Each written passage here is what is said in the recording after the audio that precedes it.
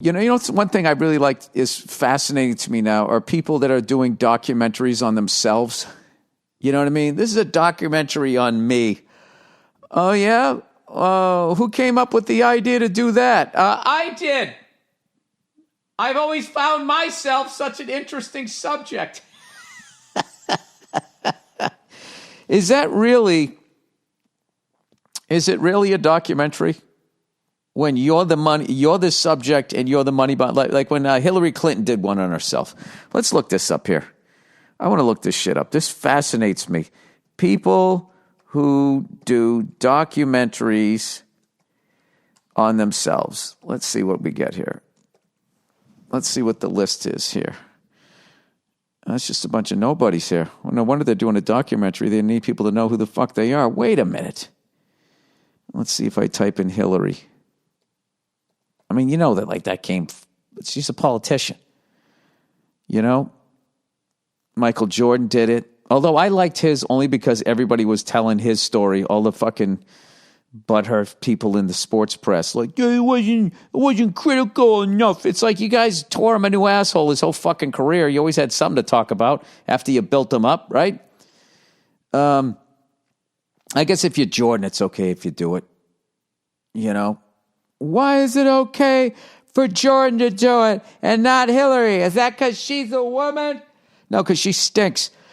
That's the difference. She's not the greatest politician of all time. She does not have 6 rings, okay? She was married to somebody who won 2 rings, 2 terms. Oh, Billy Freshhands there, Bill Clinton, right? She was married. Oh, Billy Grabass there. She was married to him. He had 2 terms, right? And then she got, she immediately became a senator, which was fucking hilarious. She kind of just got that job because of, like, the last name being Clinton, right? You're part of a legacy. That's like when somebody goes to Yale and then they got a son who's a fucking dope, but he also gets into Yale, right? I'm the decider.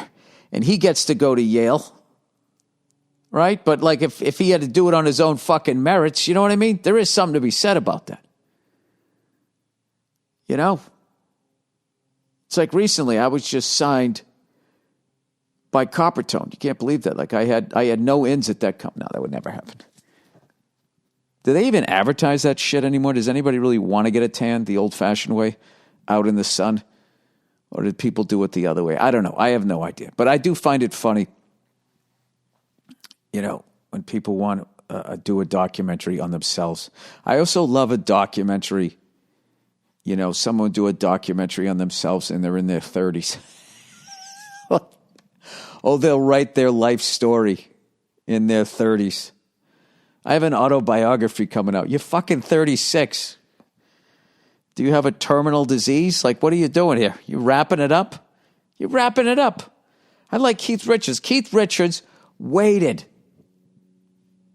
He waited until he was well into his fucking 70s and just wrote a book called Life. And it was like, I don't know, it was like 600 fucking pages.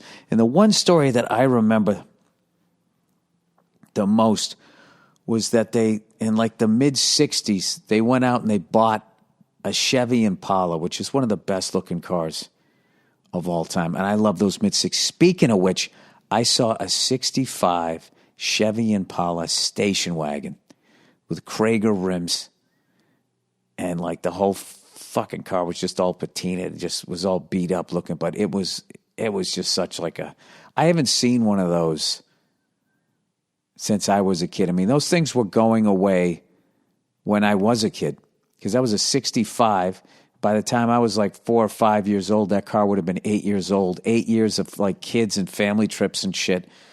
And it was a station wagon. So most of them ended up in the junk pile. So, yeah, I saw one of those the other day. Fucking, I didn't remember what the fuck. What was I talking about? I was talking about people getting their own documentaries. How the fuck did I end up talking about a 65 Chevy Impala station wagon? Oh, the Rolling Stones. I know when you guys hate when I do that. I lose my train of thought. And you're like, what happened with the fucking story? I should have like a special email for people, you know, when I started a story that you actually gave a shit about, I didn't finish it. So the Stones bought this Impala. I always pictured it being white. I don't know why. And they took off like the door panel and they hid their drugs behind it, because what cop would ever look there, right? And I don't know, they drove this thing all around. They got all high and all fucked up or whatever. And somehow they lost the car, or they turned it in, or they sold it. I don't know what happened. But he goes, somewhere out there, if the car still exists, there's this 65 or 66 Chevy Impala with my drugs behind the fucking the door panel. So that was just one of his fucking stories, you know. And had he written an autobiography, well, I guess you get that one.